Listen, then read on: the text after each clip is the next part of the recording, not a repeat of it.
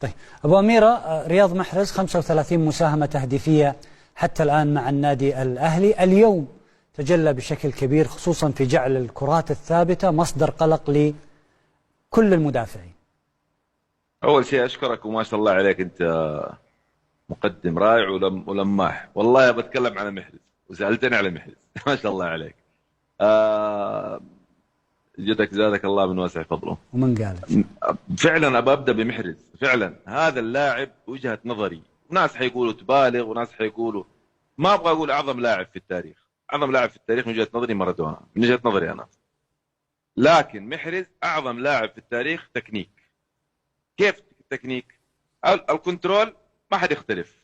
انا بصراحه ما في حياتي ما شفت لاعب يعني كانك ما شاء الله، الله يحميه ما شاء الله تبارك الله. الكوره لو تشوتها عليه بسرعه 200 كيلو متر تلقاها تحت في جسمه كده موقفها ما شاء الله عليه باي يعني ايش يقولوا باي جهه من جسمه. هذا واحد. التمرير بالخارج وبالداخل، الاوفرات، تغيير اللعب، كل شيء كل شيء. الكرات الثابته، الكورنر. محرز جعل الكورنر في الان اللي بنشوفه كانه بلنتي مع الاهلي، ضربه جزاء مش كورنر بامانه يعني. الناس طبعا بالنظري الكلام